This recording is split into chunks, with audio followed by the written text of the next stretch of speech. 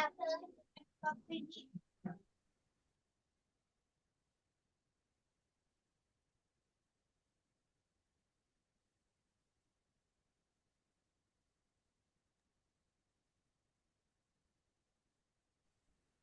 are good to go, Father? Yes, Father. Greetings from Don Bosco College. A warm welcome to the first session of the online seminar series, Research Essentials, a journey through methodologies organized by Department of Management. Research is a key to academic excellence and informed decision making. This bi-monthly series is designed to help students and scholars build a strong foundation in research methodologies, ensuring their work is impactful and methodologically sound. It also stands as a testament to Don Bosco College's unwavering commitment to fostering a strong research culture, empowering learners to explore, analyze, and contribute meaningfully to the world of academia. Before we proceed, let's take a moment to showcase the spirit and vision of our institution through a short college video that highlights our commitment to excellence in education and research.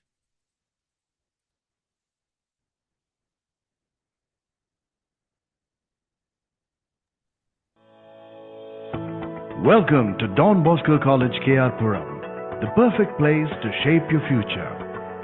At Don Bosco, our thrust for academic excellence is matched by our commitment to overall student growth.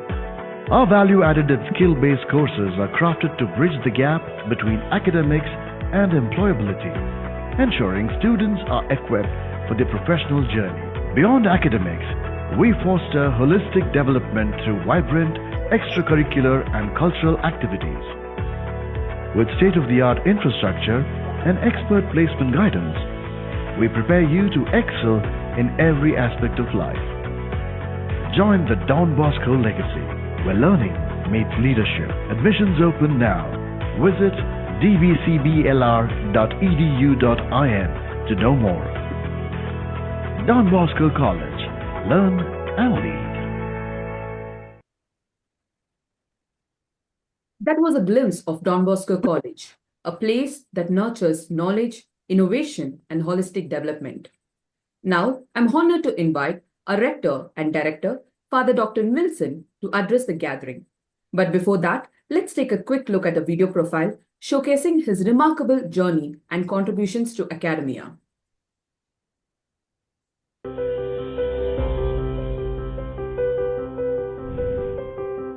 Father Dr. Wilson KD, the Rector and Director of Don Bosco College, Kiyapuram, a distinguished academician with over 15 years of teaching and leadership experience.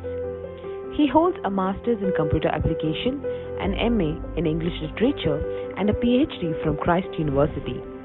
Dr. Wilson has an impressive research profile with publication in national and international journals.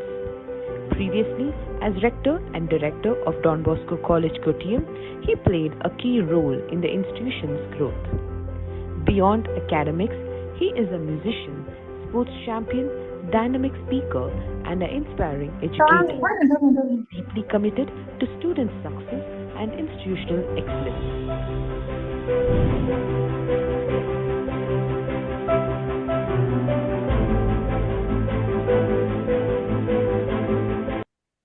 Over to you, Father.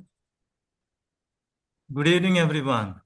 It is a great joy for me to welcome you all to this online seminar on Research Essentials, an initiative that highlights the ever-evolving nature of knowledge and discovery. The wheel of innovation never stops turning, from the first industrial revolution to the fourth, that is powered by AI, artificial intelligence. And now, as we stand on the threshold of a hydrogen-powered future, research remains the key that unlocks the mysteries of our world. Research is not just an academic endeavor. It is a journey, one that opens our eyes, nourishes our understanding, and deepens our perception of reality. It is through this pursuit of knowledge that we become builders of eternity, leaving behind footprints that will outlive our time on this earth. We are truly privileged to have with us today Professor Elangovan, a master in the field of research, who has guided numerous scholars in their academic pursuits. Having had the opportunity to attend some of his sessions during my own PhD journey at Christ University, I can personally attest to the depth of his insights. I'm certain that his sessions will serve as a turning point for each of you, shaping your research approach and academic growth. I would also like to extend my heartfelt congratulations to Dr. Maria Nirmal Preeti, the HOD of the Department of Management, for spearheading this initiative. To all the participants, I wish you a session filled with learning, discovery, and inspiration. Let the journey of research continue, for knowledge is the light that guides us towards eternity. Thank you. Have a happy learning. Thank you so much, Father, for your inspiring words. Up next, let's take a moment to view a video profile of our esteemed principal, Father Dr. Giomone, showcasing his remarkable journey and leadership to the contributions to the institution.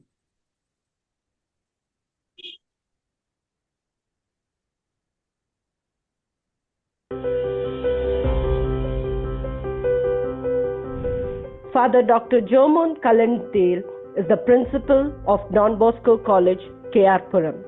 He completed his postdoctoral studies in organizational leadership at Harvard Business School, Massachusetts, and earned his PhD in educational leadership, administration, and policy from Fordham University, New York, USA. He was the former principal of Don Bosco Higher Secondary School, Manuti, and Don Bosco PU College, Chitradurga. Dr. Gio has been greatly appreciated for his exceptional leadership skills and his dedication to advancing educational standards. Under his guidance, Don Bosco institutions have seen significant improvements in academic performance and overall student development. His innovative approaches to education and strong commitment to foster a positive learning environment have earned him widespread recognition and respect in the academic community.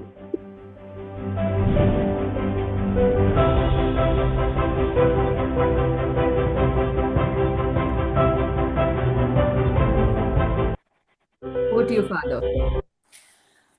Good evening, everyone. It's my pleasure to welcome you all to this FDP titled Research Essentials, a Journey Through Methodologies. At Don Bosco College, Bangalore, we strongly believe in fostering a culture of research and academic excellence, and today's session is a step in that direction. And I would like to sincerely thank Dr. Maria Nirmal Preeti for organizing this FDP with the help of her colleagues and students at Don Bosco College. I would like to take a moment to express my deep gratitude to Dr. Elankovan, who has played a significant role in my own research journey, especially during my PhD. Though he may have a tough look, I assure you, he has incredible patience. I can say that from my own personal experience. When I was working on chapter 4 of my dissertation, dealing with data analysis, I used to bombard him with questions because honestly, I'm a terrible math student. But he was always patient, explaining concepts to me almost like an elementary school teacher. There's a saying, simplicity is the result of profound thinking. Dr. Elankovan is the perfect example of that simplicity. So I encourage all of you, don't be shy to ask questions. You are in great hands. And this is a fantastic opportunity, especially for the research scholars and those intending to pursue your PhD.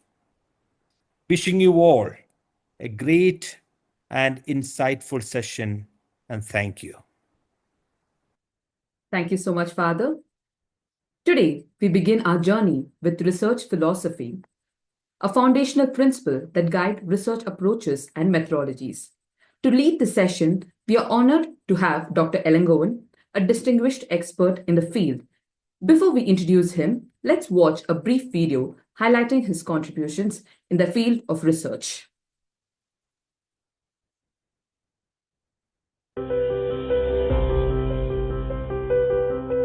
Dr. Elangovan is a professor at the School of Business and Management and Associate Director of the Research and Development Cell at Christ University.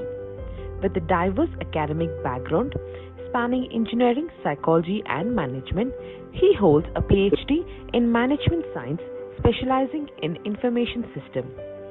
A former campus director at NIFT Kannur, he has 16 years of industry experience in textile screen printing. His research focuses on strategic information systems with funded projects, international publications, and conference presentations. Dr. Elangovan is a seasoned mentor conducting PhD sessions and research workshops on structural equation modeling using AMOS, SPSS, and business analytics.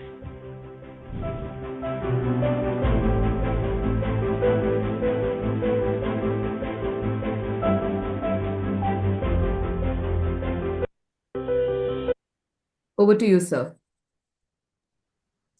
Thank you, madam. Thank you for that introduction. So first of all, respected Father Wilson, Director of Don Bosco College.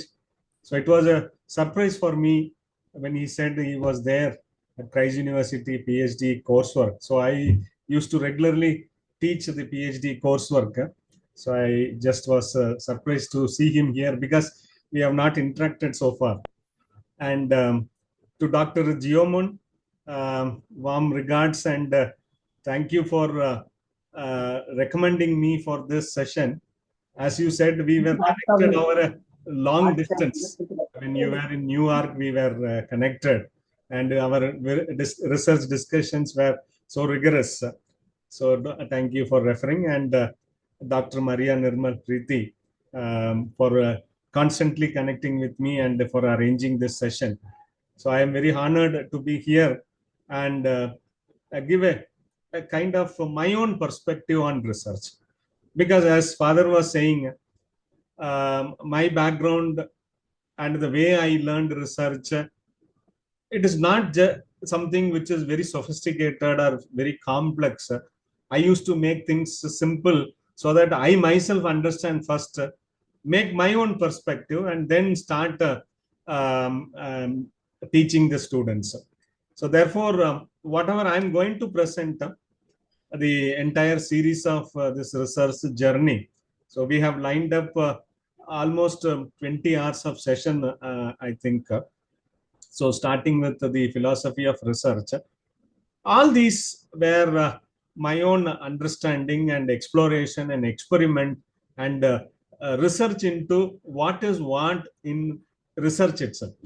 Because usually everybody learns research methodology as yet another subject like mathematics or social science.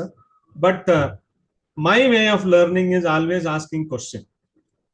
So I asked questions on why we need to do research in this particular way, why these methodologies are so rigid, why we are unable to cope with the kind of rigor of research, and therefore I always try to find an answer for that, and that is what has made me to build all these models. So today we will start with understanding the philosophy of research, which is very important. So let me first share the presentation and I'll take you through the session.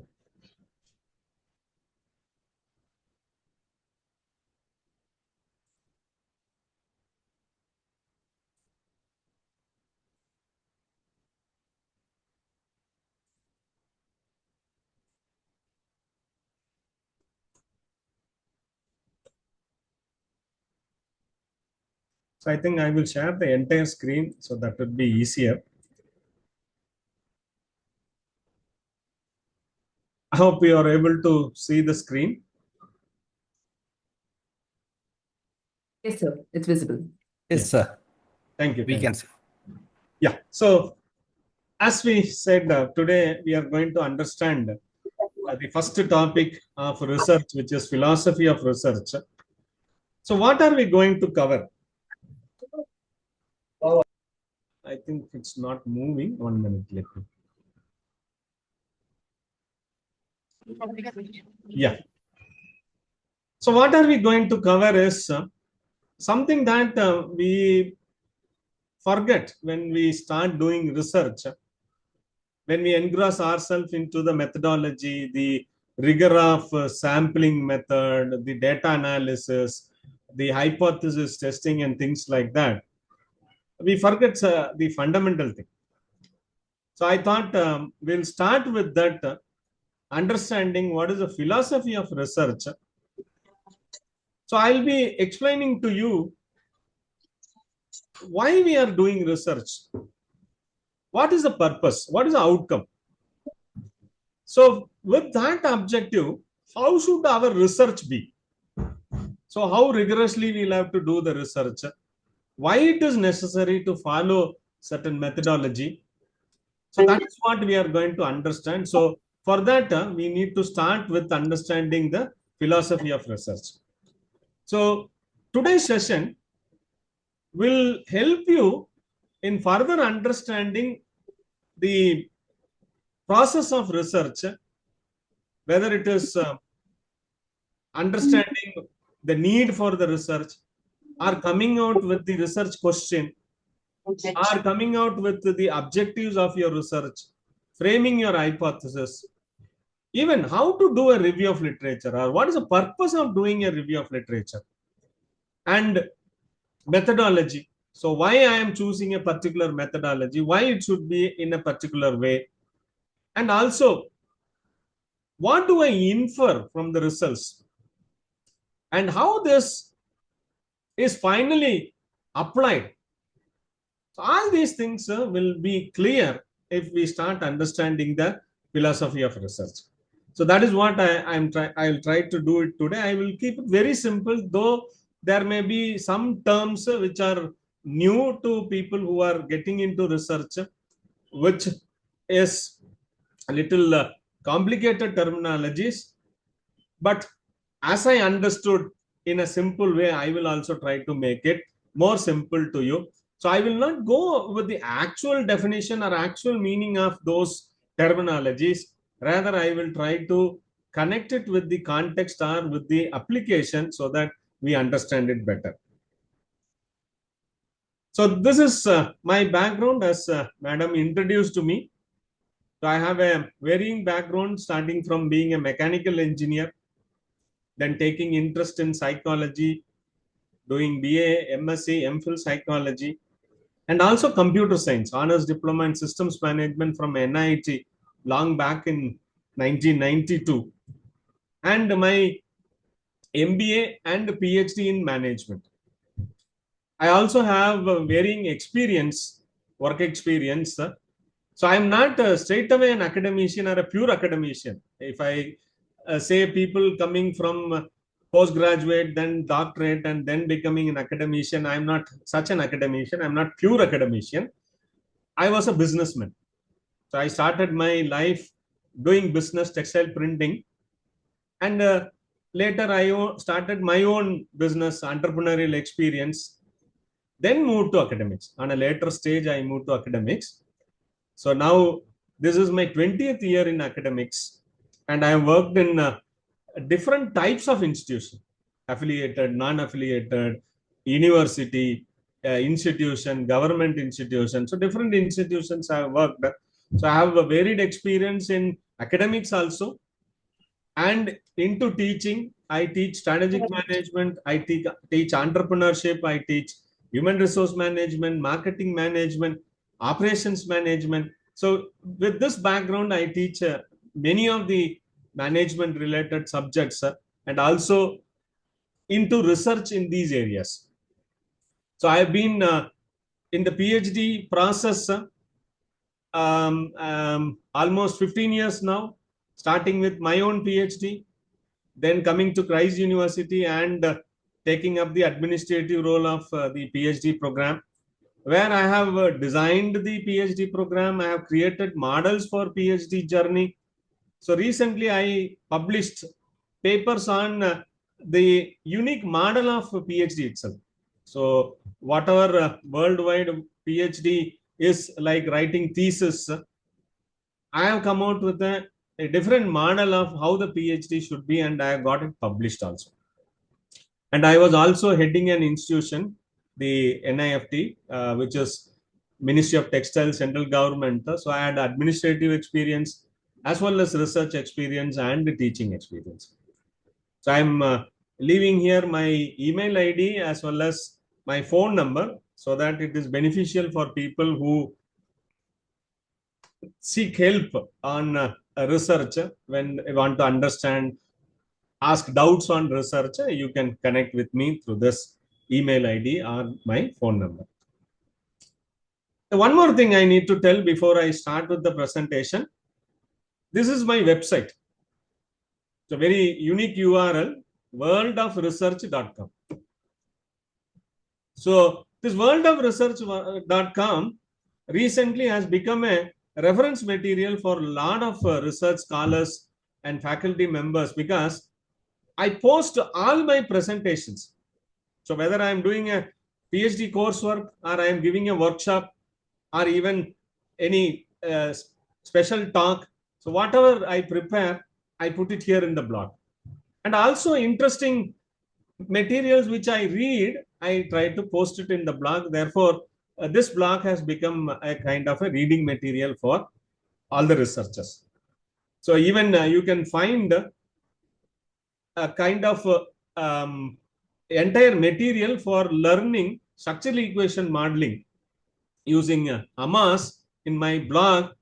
And this was the foremost or first such kind of course. Even before all these YouTube channels came, my presentation was being referred through this website. So you can find my material here. It will be very useful. A lot of fundamental, interesting material are available in this website. And whatever I'm going to present during this workshop also, here and there you will find it in various presentations within this blog itself. So what I'm going to present today is also will be in some form in this particular blog. So no need to ask PPT from me. It is all available on the website. So we'll start with the discussion. So why do we do research? By doing research, what are we going to bring about? So is there any answer? Can people interact? Why do we do research? What is the purpose of doing research? Any answers?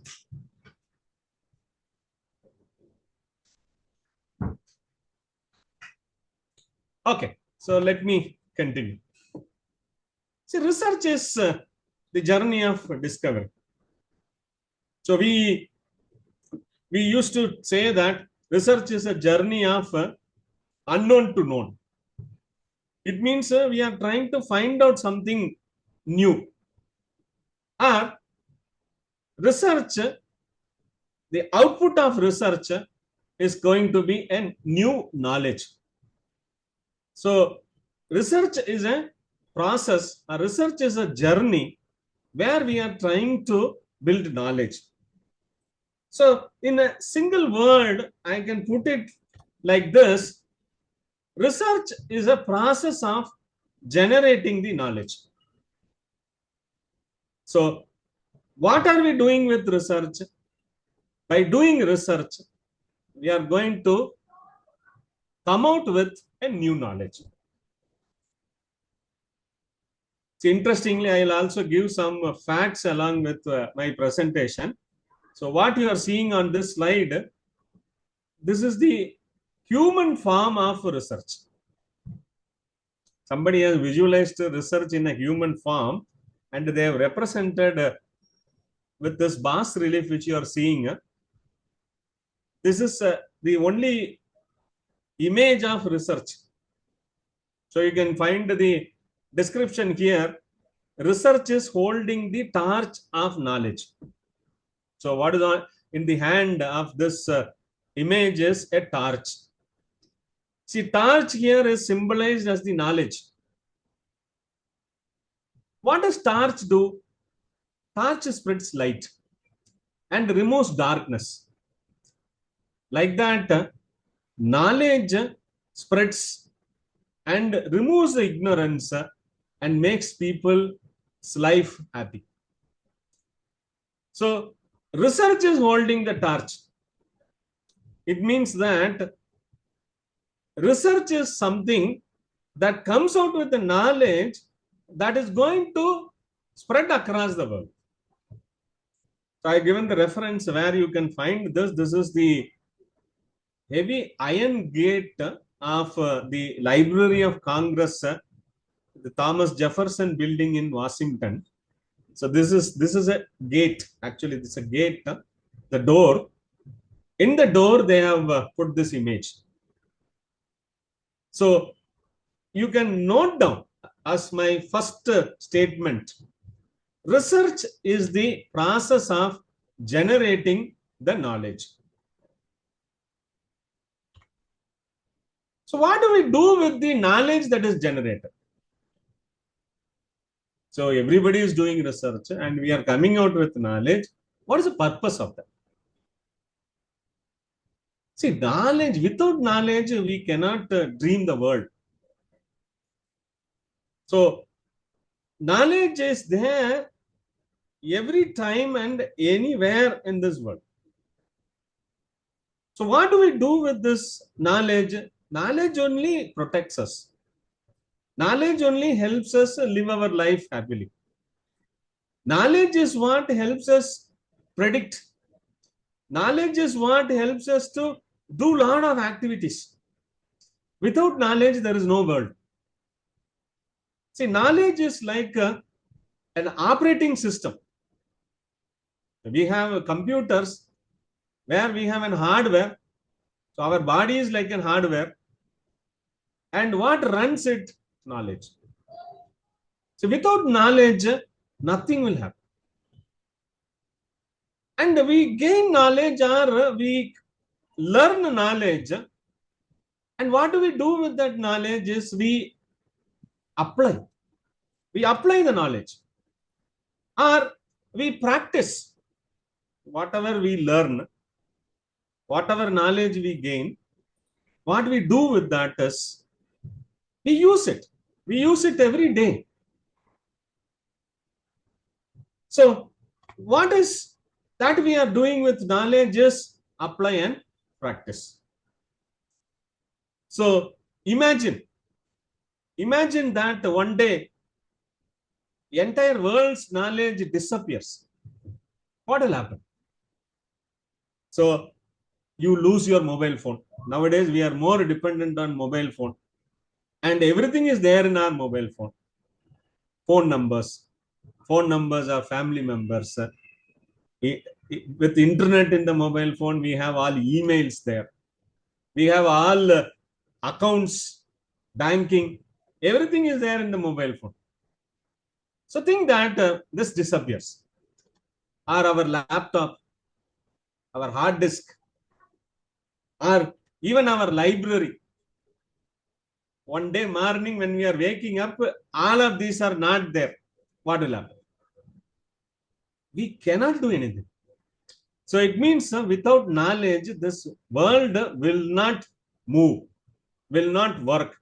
So that is what the power of knowledge. So we will now connect. See, if research is the process of generating new knowledge, and that knowledge is applied to our daily life, or even business decisions, or medical treatment, or any other purpose,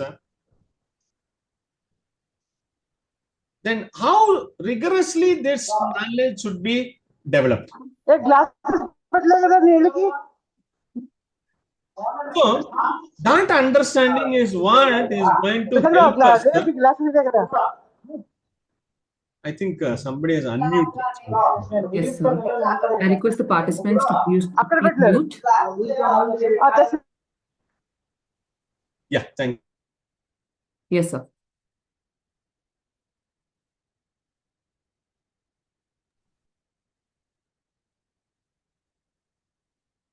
Sir, you're unmute. Sir, you have Yeah. to mute. Yes, sir. Yes, madam. I got it. Yes. Sorry, Thank sir. Yeah. So, we'll understand that knowledge is being used for so many purposes, taking business decisions, or treating people, or even our career, our life, day-to-day things. So if knowledge is going to be applied everywhere, think of a false knowledge, a knowledge that is not rigorously developed. The knowledge has flaw. So if there is a flawed knowledge, think of the damage it can do. See, I'm a management researcher. See, let me say that I am researching and I am coming out with the knowledge. And this knowledge, where does it go? It goes into the practice in the business area. Some managers will read my work and they will say that, okay, let me try. Let me apply this into my business. So this researchers has found that, okay, more money spent on advertisement will increase sales. Like that, my research has found. So this manager reads this and he wants to increase his sales. So then what he will do? He will increase the advertisement spending. Likewise, think of doctors. So when you visit doctors, you will see that in between the patient, they are reading research articles. So by going through these research articles, they learn new knowledge, because what they learned when they were in college, that is not enough for them to practice for their life. They need to update themselves. So what do doctors do? They read research articles. So they are reading a research paper and the researcher says that if you do this or this way, if you treat, you can cure some disease, like that. The research has come out with the knowledge. So think of if this research article was developed with a flawed methodology and the result is manipulated. I am the next person to the doctor. Let us say doctor has read some news article, new research article, and I am the next patient to him. So then whatever he has read, he is going to try it on. So then if it is a flawed research, then what is going to happen? I am going to get killed. So this is how important is the knowledge? How important is the way we develop that knowledge? So a knowledge that is developed through research, where this research is done rigorously, where we follow all the methodologies, that knowledge is what is going to save us. See, a lot of people are there, they think if there is a methodology, I blindly follow the methodology without even understanding what is happening. That is also not going to help us. So that is why clear understanding of the methodology in terms of what is the knowledge that is coming out and what is the rigor of that knowledge is what is going to help us. So therefore, understanding the philosophy becomes very, very important. So we say that knowledge is important. We say that research is the process of generating this knowledge. But what is this knowledge? How does it look like? Where is this knowledge? How do I know that knowledge? We say knowledge acquisition. Then how do I acquire that knowledge? How do I get it to me? And how do I know? See, I'm reading something, but how does that translate into knowledge? How does it get into me? And The knowledge, whatever I am reading, whatever I am learning, how far can I confidently use that knowledge? Is the knowledge trustworthy? Usually we say, seeing is believing, otherwise we will not believe. But nowadays, what is happening? We are unable to even believe our senses. With the generative AI, all this images that is created by generative AI, or videos generated by generative AI, that looks very, very real. So we are watching those videos generated by generative AI and we believe that. But can we trust that? See, if we understand the philosophy of research, then we will be able to analyze and understand what is real, what is true.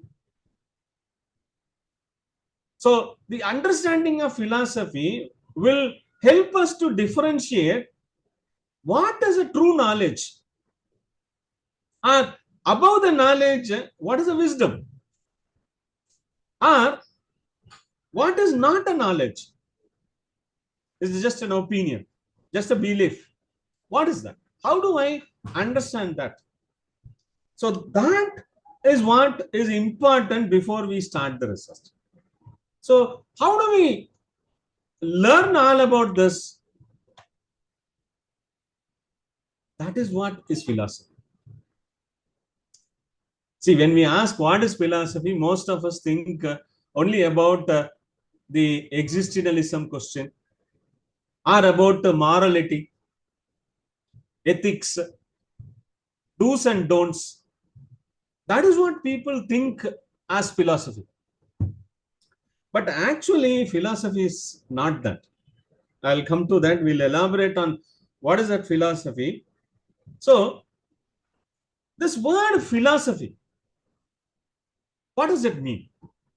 See, again, interesting fact I am giving. This is a statue for philosophy. There's a statue. Again, they have imagined philosophy as a human, and they have created a statue. You can see that it is written Sophia.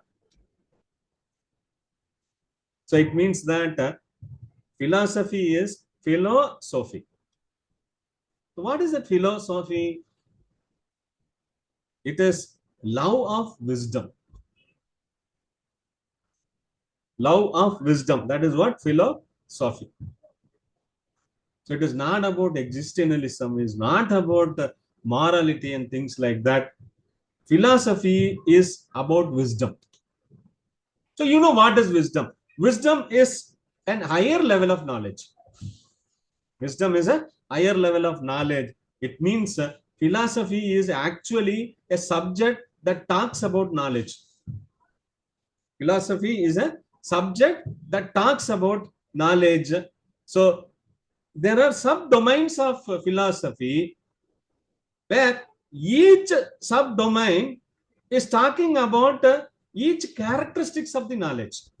That is what makes this subject called philosophy. See, I would tell that earlier days during the academia of Aristotle or Plato, or even maybe after that for very long time, what did people learn by going to higher education institutions is only philosophy. See, by learning philosophy, you can learn anything. No need to learn geography separately, history separately, science separately, mathematics separately. Or today, even we are going for more and more divisions, management, commerce, different subjects have emerged. So we go to college, we do only specific thing, we come back. But in those days, people used to spend 20 years in higher education institution, 20 years in higher education institution, where they only learn philosophy. It means that Philosophy encompasses all the knowledge of this world.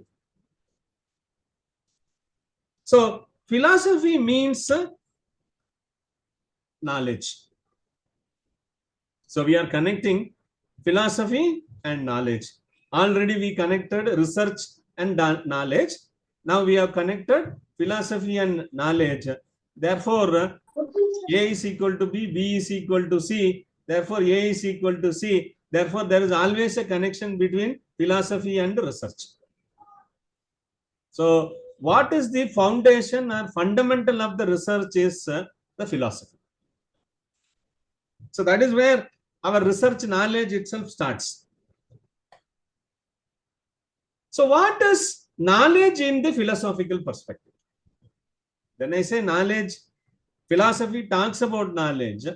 Then what does philosophy tell knowledge us? What is knowledge? So what is knowledge in philosophical perspective is very simple. Knowledge is justified true belief. Justified true belief is called as knowledge. See, I'll come to the levels of knowledge after a few slides, but I will tell you the starting point of knowledge is belief. Starting point of knowledge is belief.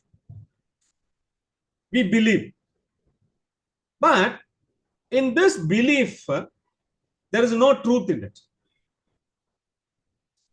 So when there is no truth in that belief, that will remain as a belief and it will never become a knowledge. It will stay there. We cannot confidently apply that or practice that because it's just an idea, it's just a belief.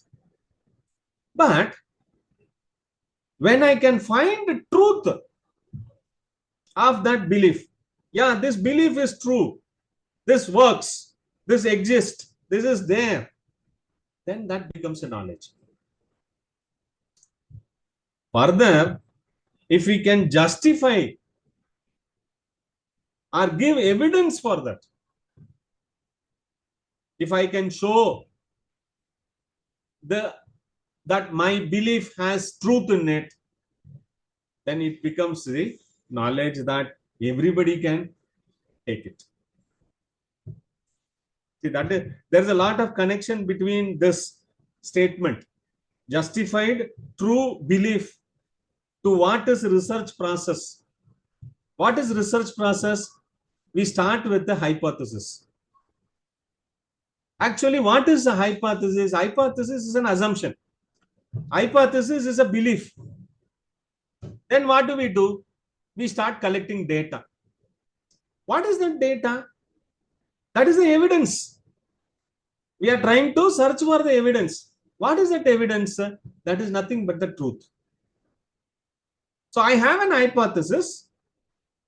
I search for the truth.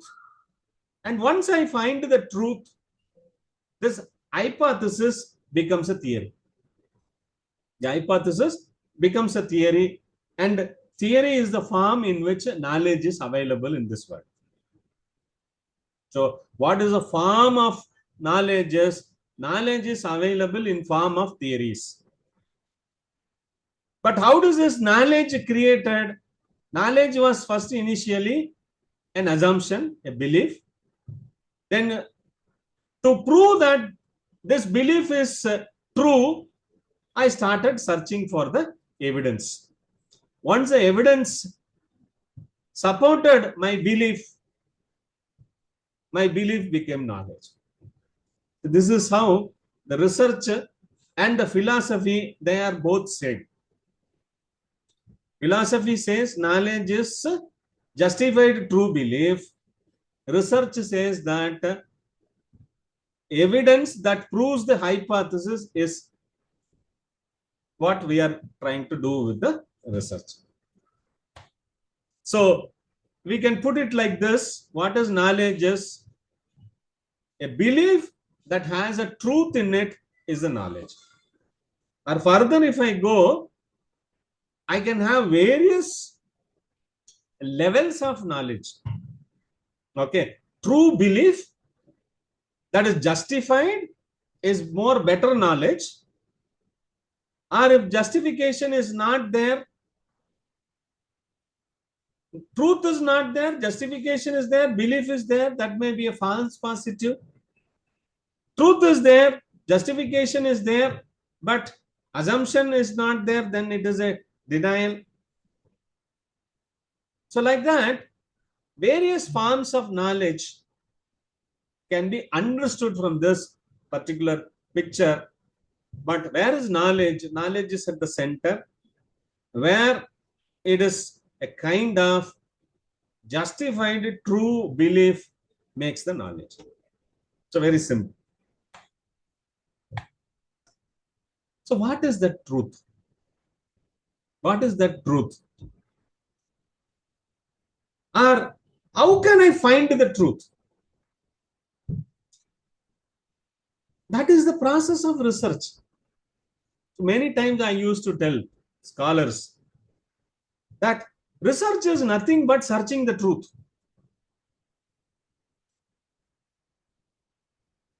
So what challenges or what confuses or what is in between the knowledge and the truth? What is the reality? See, nowadays it has become very, very complex to distinguish between reality and non-reality. Nowadays we are having things like AR, VR. What is AR, VR? Virtual reality. Virtual reality means it looks so real, but it is not real. It's virtual. Augmented reality. There is a real thing. Over that, there is an unreal thing. Both put together arguments, and we see that to be real. That is augmented reality. So with virtual reality, the augmented reality, what is reality? How do I find that? See, that is where, again, philosophy says, what can be known? Is there a limit to the knowledge? Is there something that we cannot know? Is there something that is beyond our knowledge? So we call it as limits of knowledge. So what can we know? Even if it is real, it is existing. But can I know that?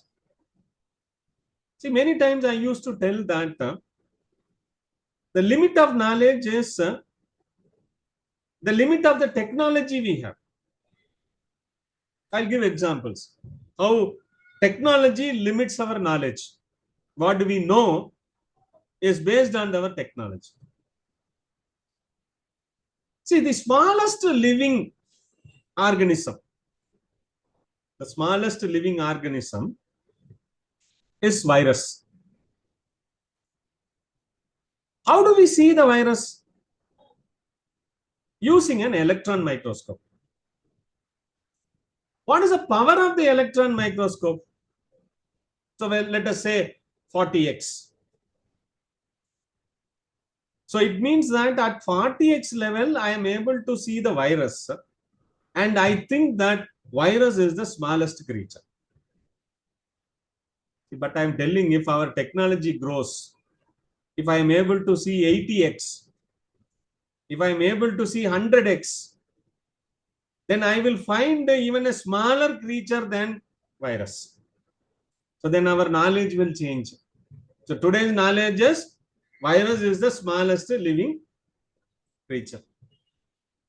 Because I am only able to see to that extent. There can be something else beyond that which I cannot know currently. Technology limits my knowledge. Similarly, we take the understanding about the universe. See, till Galileo came out with the telescope, our understanding was only the solar system. Then later powerful telescopes came. Even then our understanding was only to certain extent. Maybe beyond the solar system to some level we were able to see. Only after the Hubble telescope was put in the space, we were able to see further. Then we could see that there is a universe beyond our Milky Way. I was watching one video called Journey to Andromeda. See, maybe till middle of the 20th century, almost 1950, Andromeda was thought to be one of a cluster of stars in the Milky Way. Not even as a separate galaxy, Andromeda was thought to be a cluster of stars within Milky Way. Only in 1950s, around that time, using technology, they understood that this cluster of stars is not part of Milky Way, it is away from Milky Way. Only then they understood that these are galaxies. So the understanding of galaxy started coming. After that, you should see the first image of James Webb telescope. So when James Webb telescope, after the successful Hubble telescope, they send even more powerful James Webb telescope. So when James Webb telescope took the image of the universe, people were stunned because in that image, each star is a galaxy.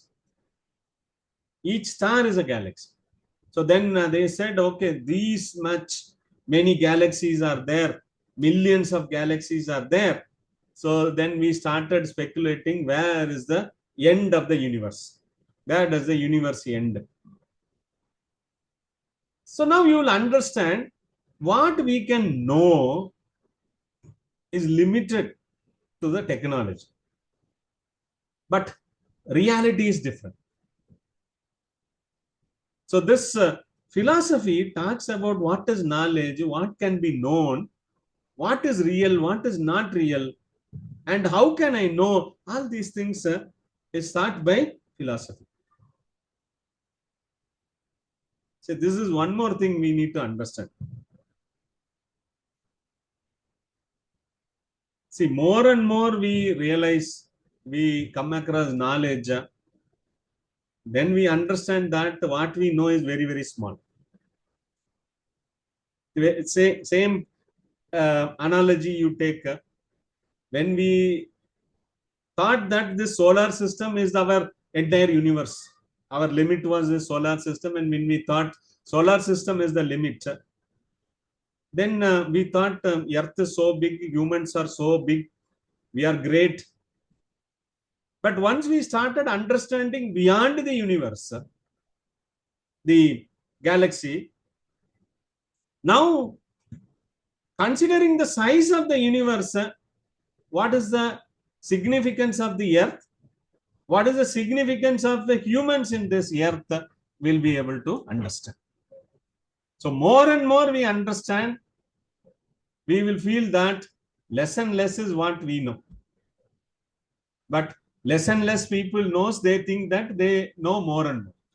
So this is a paradox. So this is very much important for researchers. So when I start doing review of literature, if I have only few literatures, I think I know a lot of things. But if I start exploring more and more literature, then I understand that what I know is very little. So that is something we, as a researchers, we need to understand. Okay, this is just a fact in between. So I said, research is a journey from unknown to known. But there is a lot of combinations here. You can see here in this slide. So known knowns, known unknowns, unknown knowns. or unknown. So research happens in these areas. We try to understand within this paradigm of knowledge. Okay, I'll just make it. Coming back to philosophy. Okay, so I told that philosophy has subdomains. There are almost 6 subdomains of philosophy, or we call it as branches of philosophy. The first one is metaphysics. So I told you I will tell you some jargons, but don't get carried away with jargons. I will give you a very simple meaning of what is this metaphysics. Metaphysics talks about what is reality, how does it work. So it is about the world, the universe, the system, all those things. But I'll give a different inference for that. Next is the branch of philosophy is called epistemology. Again, researchers use these two words, metaphysics, epistemology, very frequently. Epistemology is one which talks about what is knowledge, or knowledge about the knowledge. Epistemology talks about knowledge about the knowledge. It is like a horoscope of the knowledge. Who created this knowledge, when it was created, how it was created, everything about the knowledge it will tell. I'll come to that. The third branch of philosophy is called as logic. See, what is the truth? How does it work? Again, this is also, we can understand it in simple ways. See, when we do research, we use the logic, inductive logic, the deductive logic. So that actually comes from the philosophy only. Why do we do inductive logic and deductive logic? Is knowledge is not available directly, straightforward. Certain knowledge has to be understood through logic. So the best example of logic is A is equal to B, B is equal to C. There is something that I don't see, but it is true, that is A is equal to C. So logic is very important in research because we are not going to find evidence for something, but there is a hidden connection between two information or two knowledge. So we use logic to extract that information. Then comes ethics. What are the values? What knowledge should we develop? So we call it as axiology. Like metaphysics is epistemology. There is one more thing called axiology. Axiology really says what is more important? What is the value of that? And finally, there are other things like aesthetics and politics. But I will tell that this 4 branches, the first 4 branches directly connects with research. Directly connects with research, and we understand more about research by understanding these 4 things. So that is what I'll try to do. What is metaphysics? See, metaphysics, it means details about everything in this world. Metaphysics, how do I understand this? Metaphysics is the entire knowledge of this world. Meta means detail, small details. Physics means characteristics of the objects. Let us say characteristics of the objects. So it means that characteristics of every object in this world. What is that? That is what is the entire knowledge about. So metaphysics is nothing but which talks about accumulation of this knowledge. What is what? That is called as metaphysics. So metaphysics is branch of philosophy, the first subject of philosophy. So what do we understand from metaphysics is existence, objects, their properties, the space, the connection, the time, the relationship, cause and effect, and the possibilities. Very simple.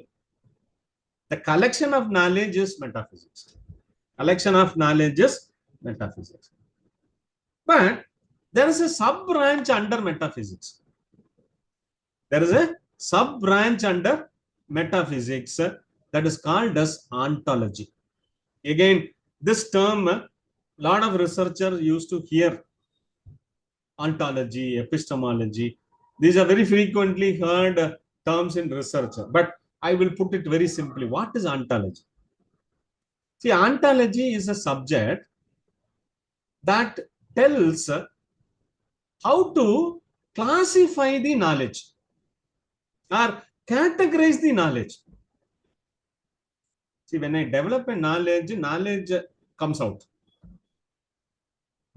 I need to put this knowledge into one group, one place. Only then it will make more understanding. So very simply, if I say, what is ontology is like taking one, let us say, 5-subject notebook. Our students, everybody carries a 5-subject notebook. So I buy one notebook. So what do students do is, so they come to college with only one single note. What do? They reserve some pages and fold it and use it for the next subject. Again, few pages, fold it. After that, another subject. So that is what we call it as 5-subject notebook. No. So dividing a notebook into different subjects is an ontological exercise. Very simple. What is ontology? Is dividing the knowledge into categories. See, our brain also does this. Ontology exercise happens in our brain.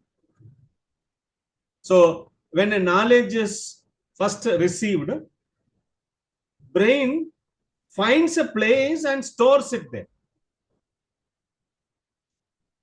So this comparison, contrasting, and then finding out the place and storing it there is called as ontological exercise. So this ontology is very important in research. We'll be looking at ontology in more detail when we come to our review of literature. See, I'm going to also talk about review of literature in the next tomorrow's session. It's an entirely different perspective. Please understand, I'm going to give you an entirely different perspective of review of literature. It's not about taking a research article, reading through the research article, and then writing a summary of the research article. Rather, I'll give you a different perspective. So my presentation of the review of literature will be like the philosophical perspective of review of literature. So this subject, ontology,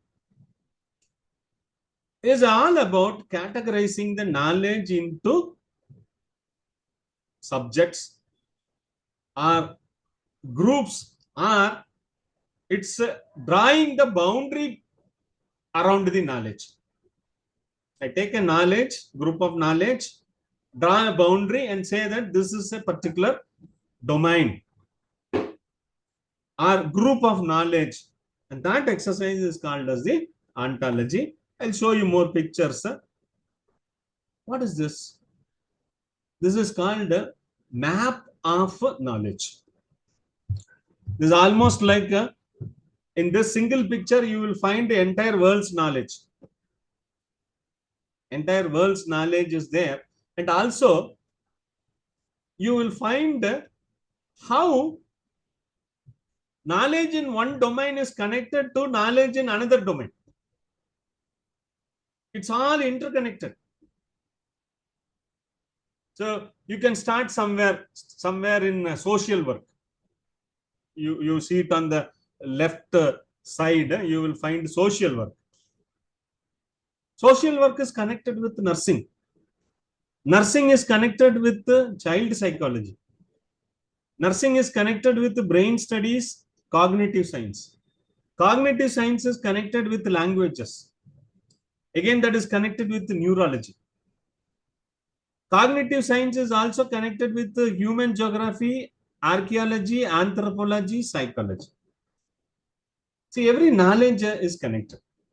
See, if ontology is not there, everything is one domain. Everything is one domain. Only because ontology is happening, we all grouped them into subjects. And we are all teachers, we are all scholars. We know that we are looking at all our learning in terms of subject. Computer science, management, commerce. What is it? It's just an ontology of grouping knowledge into one domain.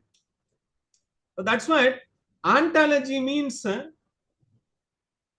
is about the content as well as the domain. Ontology talks about what is there inside the content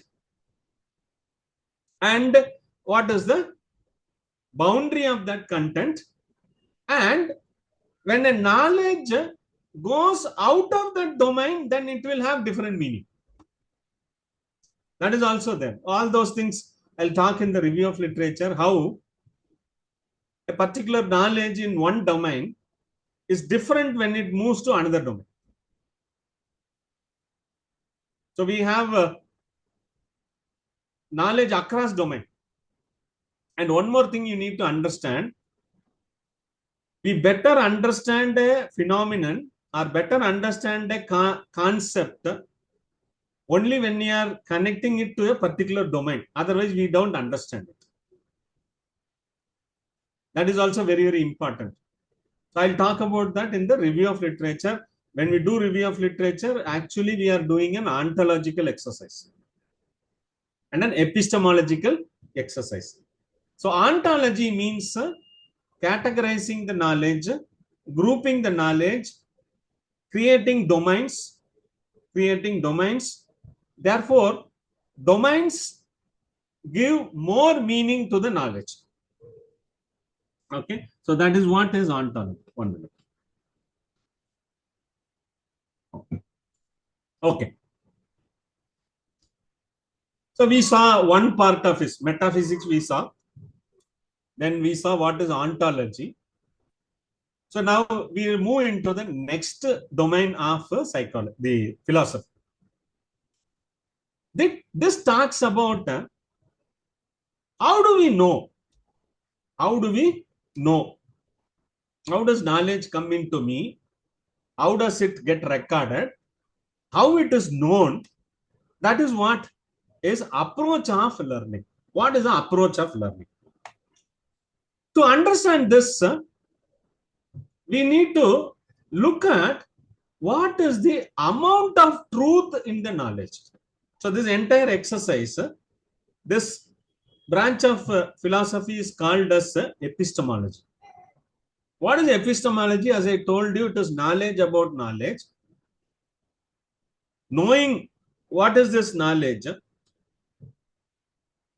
it is nothing but assessing how much truth is there in that particular knowledge. That is what is called as epistemology. So the level of truth varies. The level of truth varies, and that creates an hierarchy in the knowledge. So every knowledge is not a complete knowledge. So this also, again, we connect it with the review of literature, because when you're reading a research paper, you're reading a conceptual paper. That is only a first level of knowledge. You are doing a qualitative research paper. a research that is done in a qualitative method where case study, interview method, or qualitative data was used, that is next level of knowledge. Another research paper has used survey method. Then the knowledge that is produced in the survey method is another level of knowledge. And there is another research paper where the research methodology is an experimental research. Then that has a next level of knowledge. So therefore, knowledge is in different hierarchy. So that concept is called as epistemology. So whenever I talk about epistemology, the name that is associated with this is Charles Chandler Peirce. You can note down, you can read his background. It's very, very interesting. Charles Chandler Peirce is considered to be the modern day polymath. What is modern day polymath means? He is an expert in multiple subjects. Mathematics, philosophy, physics, chemistry, like that. He is expert in many subjects. So that's why he is called as polymath. And he is the one who introduced pragmatism, the term pragmatism. He is the one who introduced symbiotics. Symbiotics is something that is used in fashion. Fashion industry works on this symbolism. So again, he is the one who introduced that, Charles Chandler Peirce. So he talks about epistemology. So what he says is knowledge exists at different level, and the scale of that is the truth. Okay, you can see here truth meter. So where in epistemology we are using truth meter to find out what is the amount of truth in it. Based on that, we will order the knowledge. See, the first level of knowledge, the beginning level of knowledge, that is called as tenacity. What is tenacity? Tenacity is the physical characteristics of a rubber band. See, when I pull the rubber band will get elongated without breaking. This is called tenacity. See, first level of knowledge is called as tenacity because we hold this knowledge even when truth is not there. So it is the beginning stage, it is called as belief. Belief is called as tenacity. We believe and we keep on believing, but in our lifetime we will never find the truth for it. That is called as tenacity. So belief actually doesn't have any amount of truth. It's only a belief. So first level of knowledge, zero truth. What is the second level of knowledge? See, second level of knowledge is called as expert knowledge. Okay. Otherwise, we call it as a method of authority. Method of authority. What is that? Whatever we are doing now, learning. Some expert, some professor, teacher comes and teaches you, or you learn from a textbook, you read a textbook, or you read a research article, or you browse through the website. All this is called as method of authority. Why? Because where is the truth? Where is the truth? Truth is with the person who is giving it to me. Truth is with the person who is giving it to me. Truth is not with me.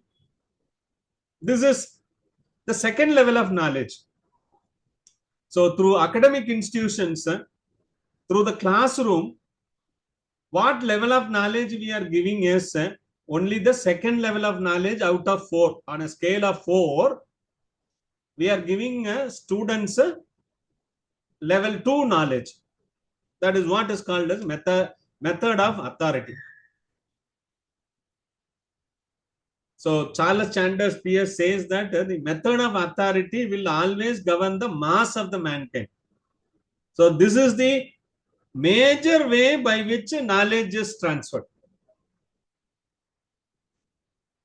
But truth is not transferred, only the information is transferred. The third level of knowledge is called as a priori knowledge.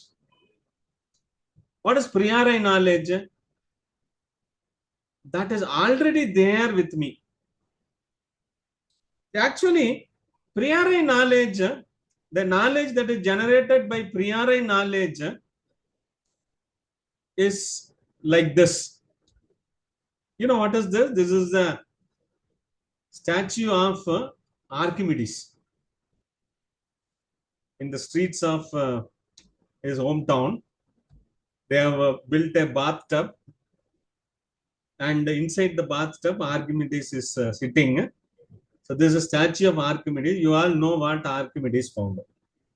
Archimedes found the theory of buoyancy, or why objects float. How was this knowledge developed? It is not belief. It is not the authority. The way this knowledge was developed is called as intuition.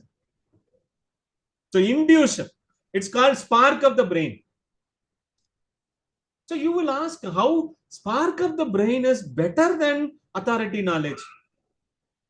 Teacher is coming and teaching me, that knowledge is lower, but my brain sparks and that knowledge is better. Why do we call like that? Why? Because intuition happens when two neurons connect.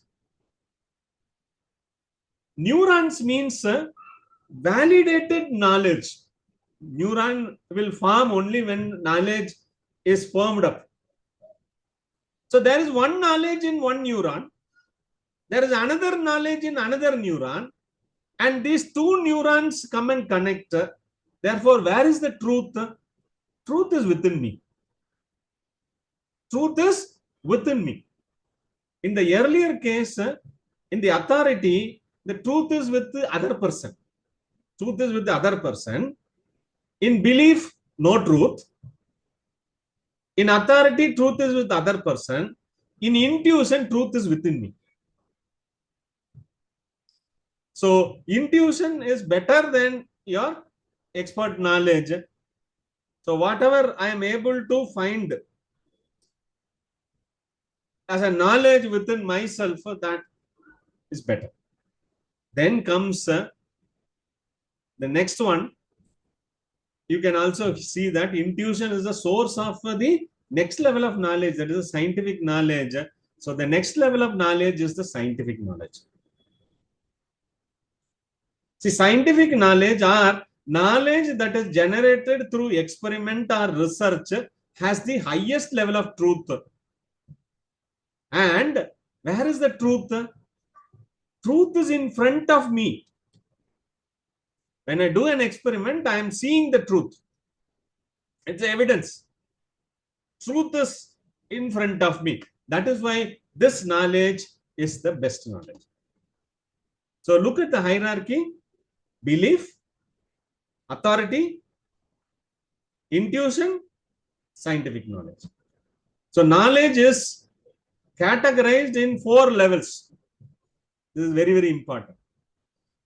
See, the knowledge that is generated through research, and that too, the research that has evidence, the evidence that can be seen by others, that is what is a knowledge that I can use confidently.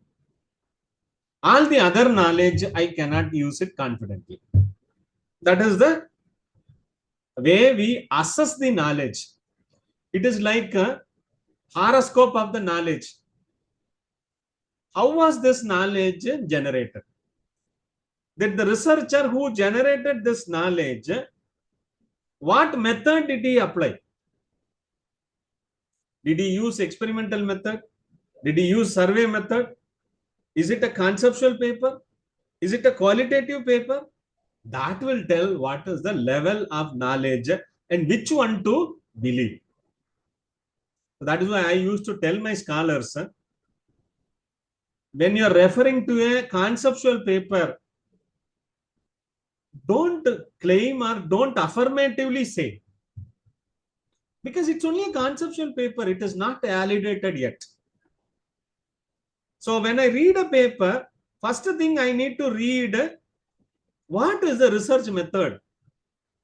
Only then look at what is the knowledge generated, so that I will make my level whether to believe that or not believe that. So when a research paper is using survey method, a quantitative technique, and knowledge is generated, I can authoritatively say to some extent, will still not 100%, to some extent I can affirmatively say that this is true. But if it is a qualitative research, I will have to reduce my affirmativeness. If it is a conceptual paper, still down. So this is what is the epistemology. Okay, so research, as I told you, is the best method of generating a new knowledge. That is why we are more focusing on research as a way of coming out with new knowledge. That is why every academic institution is mandated to do research, because our job is to create knowledge and disseminate knowledge. Okay, so this is the 4 levels of knowledge, 4 methods of knowing. Otherwise, you can call it as 4 methods of knowing. Method of tenacity, method of authority, a priori method, and a method of science. These are 4 different ways of knowing, or I can put it in an order with the level based on how much truth is there in each of this method. So epistemology is called as theory of knowledge or knowledge about knowledge, which talks about what is the amount of truth in it. Okay. So now connecting the ontology, the metaphysics, and the epistemology leads to the kind of research process. But again, this research process is guided by something that is called as worldview. So what is worldview? It's called as paradigm. See, paradigm is again very, very important in research. So we'll understand what is paradigm. So we'll talk about few paradigms, then you will understand how paradigm influences our entire research methodology, research process. Okay, this paradigm comes from ontology, the epistemology, the axiology, and the method put together makes the paradigm. Okay, so what is a paradigm? What is a paradigm? See, paradigm, as I told you, is the worldview. Or simply we can put it as it is the lens through which we see the world. See, if we change the lens, the perspective of the world also will change. That is what this paradigm means. So this paradigm has shifted. Okay, there is a popular book by who is that? Kant, philosopher Kant, who talks about the paradigm shift. Because before Copernicus and before Galileo, the paradigm was different. Then there was a shift. There is a shift after Galileo came out with the telescope. There was a shift. Then started what is called as a science paradigm. Everything was science. From Galileo till middle of 20th century, science was having more emphasis. Only if it is science, people will read it, learn it, or even accept it. If it is not science, they will reject it. That was a paradigm. Then in 1930s, starting from 1930s, 1940 and 1950, they came out with an emphasis, and that is when social science was born. So social science, so a kind of a sociology which has a science in it. So today we are looking at science in every subject of ours. See, in management, the first lesson we teach is management is art or science. Then we say management is an art as well as a science. So it means science is there. So everywhere we are trying to make it scientific. That is what we call it as social science. Sociology, again, science within that brings in the social science. So social science was accepted only in the middle of 20th century. So now we have more and more acceptance towards the social science. I'll come to that. What is the variation between the science knowledge, social science knowledge? How does it vary? How does it impact our research? That also we'll try to understand. So paradigm helps me to think in a particular way. See, if paradigm changes, my understanding also changes. So a good example is, if we change the lens, understanding will also change. For example, see, before Copernicus, what is understanding about the solar system? Earth was in the center, and all other planets and sun, moon, everything goes around the earth. That was understanding. See, based on this understanding, rest of the knowledge is understood. Based on one knowledge, that is one lens, all the other knowledge is understood. For example, my basic understanding is Earth is in the center. If Earth is in the center, then what is day and night? Or what is season? So it means that before Copernicus, day and night means Earth is flat, sun comes from the east and goes and sleeps in the west. Next day morning, it again comes to the east. So Earth was stationary. Only the sun was moving around it. Then what is season? Again, our understanding about the season, when we consider Earth as the center, it changes. So that was a paradigm. Everything, what is gravitational force, what is the rain, what is the summer, everything, every phenomenon, physics, chemistry, everything was dependent on this one view that Earth is flat and Earth is in the middle and sun goes around us. So that was the paradigm. But after Copernicus, it changed. Okay, so we moved into the sun as the center. Sun as the center. So after we understood that sun as the center, then our understanding changed. Every phenomenon changed. Day and night. What is day and night? Rotation of the earth is called as the day and night. What is season? The revolution of the earth around the sun is called as seasons. So this understanding comes from a prior knowledge. So that is what is called as the paradigm shift. So it means that paradigm leads to the further understanding of every phenomenon. So paradigm is something that is very important for researchers, because when I change the paradigm, entire knowledge is different. It may be wrong or it may be different.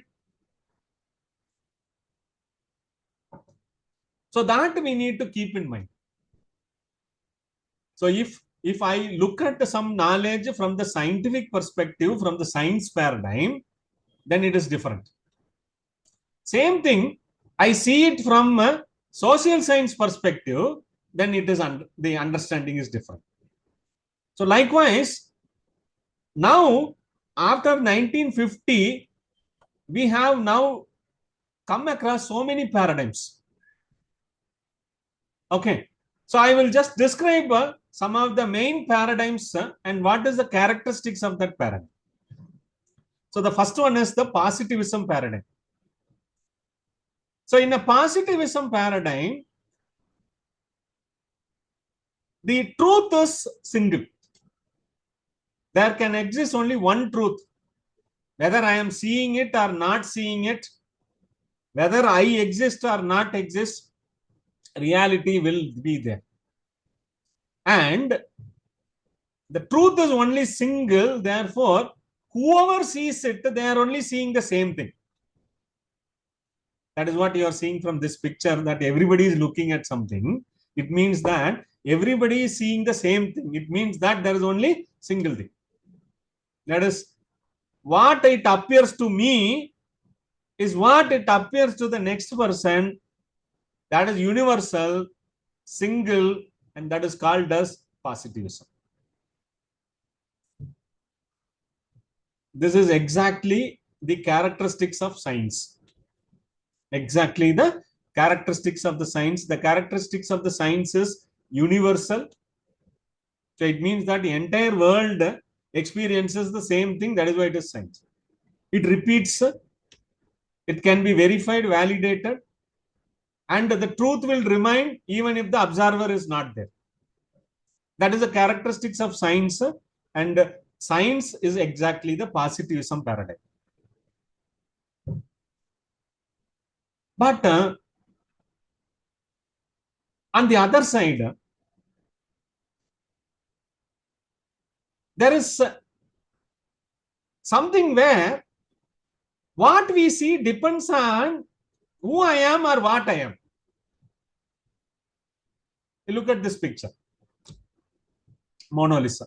This is in the France Museum. Visitors go there. They look at the Mona Lisa's image. Some people look at who is this lady? What is the background of this lady? Is he a queen? Is he a peasant? Or is he the wife of Michael Da Vinci? Like that, they start looking at this image in their own perspective. Some people will start looking at, you look at the nose. The nose is like this. The eyes are like this. There is a painting, the layer of painting. Somebody is looking at the painting. So it means that object is the same, but what people see is different. What people see is different. What people see is what they are interested in. That is only visible. See, this is opposite to positivism. This is opposite to positivism. So positivism has objective reality, and the other one, we call it as subjectivity. That is called as interpretivism and constructivism. So what we see depends on who is the observer. What we see depends on the observer. Again, some examples of what is objective reality and what is a subjective reality. So objective reality is positivism. Subjective interpretation is interpretivism or constructivism. So here is another image which says truth is different. Here there are two truths. See, actual truth is the object there is a cylinder. But if I see from the side, it looks like a square. If I see from this side, it looks like a circle. Both are true. So it means that there exists multiple truth. There is multiple truth. Therefore, science as only knowledge is rejected. There can be other knowledge that can exist. So with the subjective interpretivism, you look at sociology, social science, where difference in language, difference in the costume, difference in way we greet each other, everything has a different meaning. See, entire world understood what is the meaning of putting the hands together like this. When did they understand? They understood the meaning of this in COVID only. During COVID, they cannot shake hand. So if you want to welcome somebody, you will have to put your hand. So this is what the culture, the meaning, everything varies. So you can also see that there is difference in the way we greet people, we welcome people, even nodding our head. If we nod our head like this, or if we nod our head like this, somebody, if they're coming from US, they'll get confused. Why? Because the meaning is varying. So it means that there are multiple truths. So this multiple truth leads to another paradigm, that is post-positivism paradigm, interpretivism paradigm, and constructivism paradigm. These three paradigms emerge from multiple truths. Okay. There is one more paradigm. It's called as critical theory paradigm. What is critical theory paradigm? The meaning depends on what principles I accept. The meaning of any concept depends on the principle I accept. I'll give you examples. Let us take this, what do you call, communism. So you know there are few communist countries left. See, communism is a principle. Communism is a principle. If I accept communism, so it is up to you whether you accept communism or you don't accept communism. You can accept socialism or you can accept capitalism. So it all depends on what you want to accept. So let us say that I accept communism. So if I accept communism, the meaning of property, what is property in terms of communism? Property is owned by the state. In communism, property is owned by the state. But at the same time, in capitalism, what is property is, property is owned by an individual. What is property in socialism? A property is owned by both the government and the individual. That is called socialism. India is a socialist country. That is why you will see public sector units, PSUs are also there. Capitalism or individual units are also there. You look at petroleum, Indian Oil, HP, Bharat Petroleum, they are also there. They are government organizations. There is a Reliance, Adani, private organizations are also there. This is called a socialism. So, the meaning of certain phenomenon differs based on which principle I accept. That is called as critical theory paradigm. That's called as critical theory paradigm. One more example is like feminism. See, in the feminism is a philosophy or principle. When you accept feminism as a principle, then meaning changes. What is equality? What is the ethics? What is right? What is wrong? Everything will change. Similarly, we have one big thing that is emerging under the critical theory paradigm. That is something like LGBTQ. See, LGBTQ is also a kind of a paradigm shift. See, the meaning changes when you accept the principle of LGBTQ, and meaning changes if you don't accept LGBTQ. One simple example I'll give you. What is the definition of a family? What is the definition of a family? See, if I don't look at LGBTQ, if I look at the normal way, family means people who are related, blood related.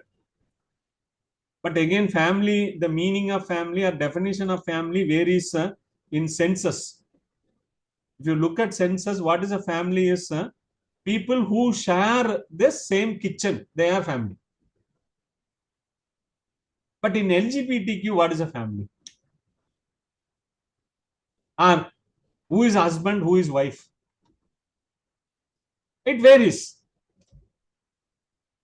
But there are governments which has accepted LGBTQ. There are societies which have accepted LGBTQ.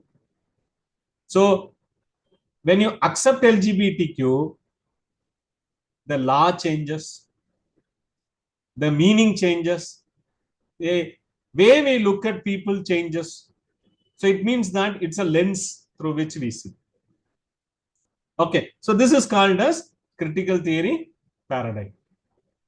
See again, why I brought Mona Lisa again here after the critical theory paradigm is people have a conspiracy theories saying whether Mona Lisa is a woman or a man. This is again LGBTQ kind of controversy. So we are trying to, I just brought in, because from LGBTQ, if I look at Mona Lisa's image, what do I see? Earlier I showed it in interpretivism. Now I am showing it in critical theory. So how the meaning changes when I am looking at from one perspective. So this is what is paradigm. So how does paradigm affect research? How does paradigm affect research? See, paradigm is the positivism or interpretivism, the constructivism, the critical theory method, all these things leads to our research approach. So we have what is called as quantitative methods. Quantitative method comes under positivism paradigm. Okay, because A is A, B is B, Z is Z, that is positivism. In quantitative method, that is what we are trying to find. But qualitative method is mostly constructivism or a kind of a subjective paradigm where we are looking at the data in terms of word, qualitative data. A qualitative data is not numbers, it's only text or word. That word can have different meaning and therefore it has different truth in it. Therefore, it is mostly a post-positivism paradigm. But again, in research, we are trying to come out from these things to have a practical method that is called as pragmatism method. So under pragmatism, we come with what is called as mixed methods. So now mixed method is becoming popular, which has both qualitative and quantitative method in it. So if you ask which method is the best method, see, epistemologically, I can tell that, okay, quantitative method, because there is measurement, there is kind of unit, there is observability. Then quantitative is the best research. Qualitative, no, it is subjective. So epistemologically, qualitative research may be lesser than quantitative research. But when it comes to paradigm, they're equally good, because it's social science. Because interpretation varies. Same research, same data, I will give it to two researchers in two countries, ask them interpret, they will interpret it differently. That is why this qualitative research, because there is influence of culture, influence of language, influence of understanding the practices, rituals and things like that, that may influence, and therefore understanding also varies. Then that is also equally good. But rather, what we can look at this paradigm, qualitative or quantitative researchers, qualitative research comes out with new insights. Quantitative research is validating those insights. So we can now put it as a process. If there is no knowledge, or there is no, I do not know what are the factors that influence, then I start with the qualitative research to understand the factors that influence. Then how much does each factor influence, or which factor is more influential, then I go for a quantitative research. So there is different purpose for the qualitative research and different purpose for quantitative research. If you rightly use it, both method has a rigorous application. So qualitative research is to find new things. Quantitative is to validate those things. So that is how we understand this method. So it's a comparison of the major paradigms which I told you: positivism, post-positivism, interpretivism, critical theory and pragmatism. So what is the ontology there? What is the epistemology there? And what is the methodology we follow? So there is a connection. So as we started with the philosophy, we started with the metaphysics, the ontology, the epistemology. Then all these put together leads to the paradigm. So paradigm is very important in understanding the research. See, the problem here is many of those who have completed PhD, published, they are not aware of these fundamentals. The budding researchers also not ready to explore this area. What will happen is, I have seen this in research colloquiums or the advisory meetings, mainly the research advisory meetings. They will just reject the qualitative method. If any researcher is doing qualitative method, they will say, no, this is not good for PhD work. We will never accept this. Go for quantitative work only. That is not right. See, if I'm going to research on two new concepts, then I cannot go for a quantitative research. I will have to do a qualitative research. So reviewers has to correctly understand what is the researcher trying to do, and thereby encourage the methodology, the process. So that is not happening. That is why mainly at Trice University, I used to argue for all these things, and we give a lot of freedom to the scholars to explore all these things. That is where I also learned how important is qualitative research, how important is quantitative research, what actually we do in quantitative research, what actually we do in qualitative research. Everything we ask question and we understand, okay, this is also right way of doing it. Because we know what is epistemology, what is ontology, we understand. So this is what the basic foundation of research. Okay, so research paradigm leads to research strategy and the research method, and this research method can lead to all our methodology. So how we collect data, what data we collect, everything depends on this particular research method. Okay, so research is a continuum. Our research can fall in any place here. Not always on one end, what all our reviewers expect, no? Not always on one end, say positivism, this end, only that is accepted, no. Research can happen at any length of this. It can be an interpretive research or it can be positive research. Maybe interpretivism is the beginning and it slowly moves into the positivism, because still we believe in science. So,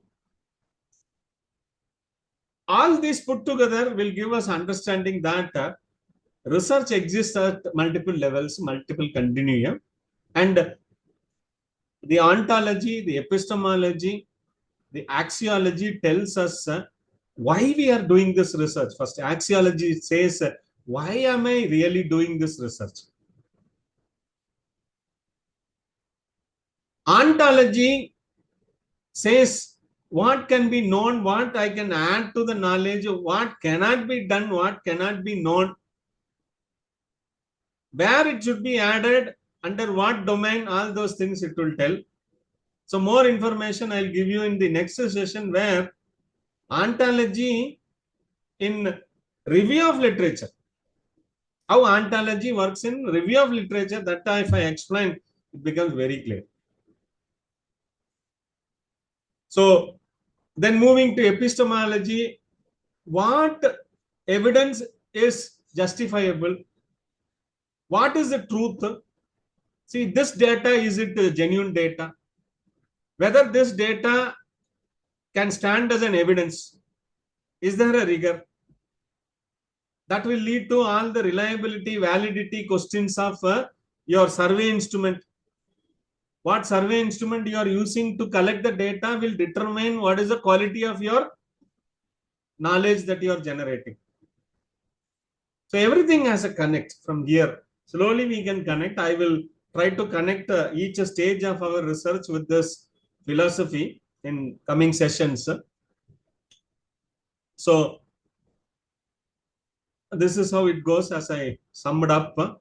From axiology, why do we do this research, to ontology, what is that we are trying to know, epistemology, how do we know and what is the truth, methodology, how do we find the truth, method, what is the step-by-step procedure. So like that it goes, and finally we develop the knowledge. We develop the knowledge, and that knowledge should be rigorous. Only then people who will use that knowledge will be safe. That is the final thought that I need to tell you. So I stop here. We have few more minutes, maybe some question answer we can do. I have taken more time. I should have stopped at least 5-10 minutes before, so that there's more time for interaction. But still, if we continue with this session, I think we have more time in coming sessions. We can even clarify in our coming sessions. Thank you so much, sir. Thank you for the insightful session, basically about gathering information or generating knowledge and deepening understanding. It was a different experience for me, especially. As you rightly told, most of the doctorates, we don't get back to these basics of philosophy, why we learn, why is knowledge related to philosophy, why is wisdom related to philosophy. And the points, whatever you touched on, were all actually the things we neglect most of the time. And today it was such an insightful session for me. After 6 months of completing my doctorate, I was like, okay, yeah, these are the things, how it related to my review of literature also. These are actually a part of my review of literature, but somewhere I didn't give that much importance. Thank you so much, sir. And so a couple of questions. Yes, ma'am. Can realism and relativism coexist in research? No, in single research, both cannot come in. But You can choose to do research in relativism, or you can choose to do research in realism. That is what information or a caution that you need to give to the audience or the reader. So when I write a thesis or when I write a research paper, see, every time, see, for example, when I don't get significance, what do researchers try to do is make it significant by making the data, manipulating the data and try to bring in significance, because I know to show the significance. But I will tell you, declaring that there is no significance is equally a knowledge that is generated. Okay. Because you would have heard Edison. Okay. He failed 1,000 times to come out with one success. But he said, I understood not to do in that 1,000 ways. So even our research, which may not prove something, is also a research. So therefore, we are not trying to manipulate the results. If there is no relationship, declare it there is no relationship. If there is no significance, you declare that there is no relationship. That's all we need to do. We should not mix everything together. So I can write a conceptual paper and tell that this is only a conceptual paper.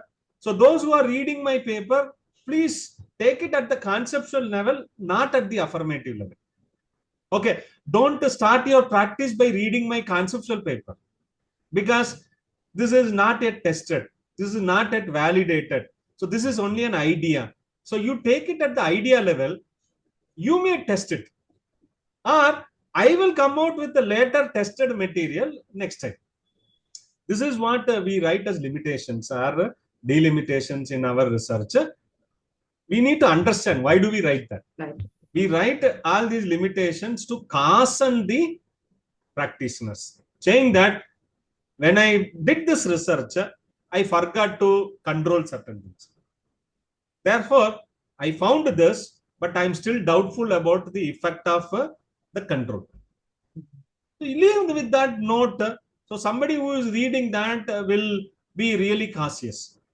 So that is what. So there is nothing that whether I should do one relativity or realism, or whether I need to do a qualitative research or a quantitative research. You tell what is what. That's all. Another question, sir. Yes.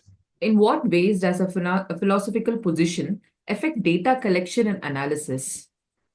A philosophical position, see, as I told you, quantitative means numerical data you'll have to collect.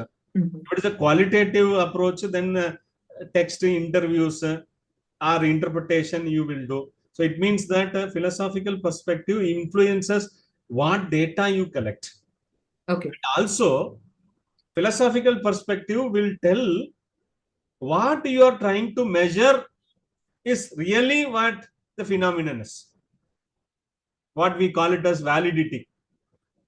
Philosophy will tell whether I need to measure brand loyalty or brand image. So there is always a connect. So domain matters, where you are doing research and what knowledge you are trying to create. See, loyalty as a concept, I can use it in HR. Loyalty as a concept, I can use it in consumer behavior or marketing. Because I'm management faculty, I'm giving this example. Loyalty is there under HR as well as marketing. So when I use the philosophical perspective, then I know what I am measuring. Whether I am measuring the consumer's loyalty or employee's loyalty, it becomes very clear.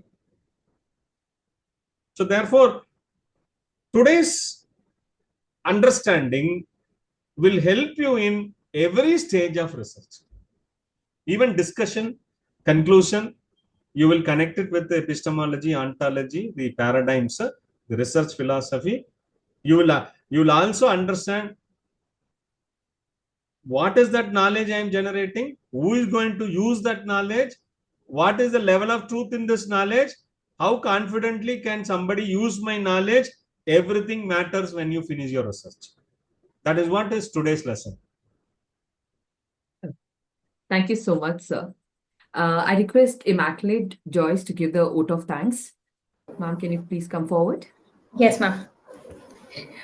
We would like to express our heartfelt gratitude to our resource person. Thank you, sir. Your insightful presentation and engagement session have been truly enlightening, and we appreciate the knowledge and experience you have shared with us. Thank you, sir. Thank you. To our participants, thank you for your active engagement and enthusiastic. Your presence has made this session success.